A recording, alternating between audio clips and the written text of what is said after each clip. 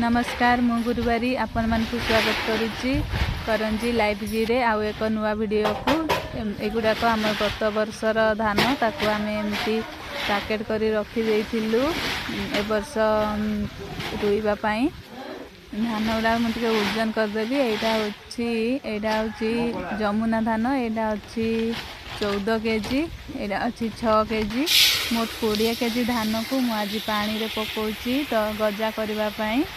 आमर गत थर जो तली पड़ा धान सेटा मु बिहन गजा कला बेलू वीडियो कर नथिली। एटा छोट धानटा एटा अल्प दिन रे पाची जाए से याकू आ 10-15 दिन पछरे तली पका जाउची।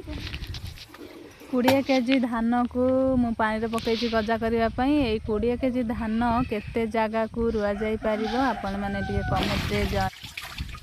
वीडियो टी भल लगुले वीडियो रे गोटे लाइक कमेंट और शेयर कर देबे। गाँ लोक मानकर चाष केमिति करा जाए जानिबा पई चैनल को सब्सक्राइब करंतु। रहुची जय जगन्नाथ।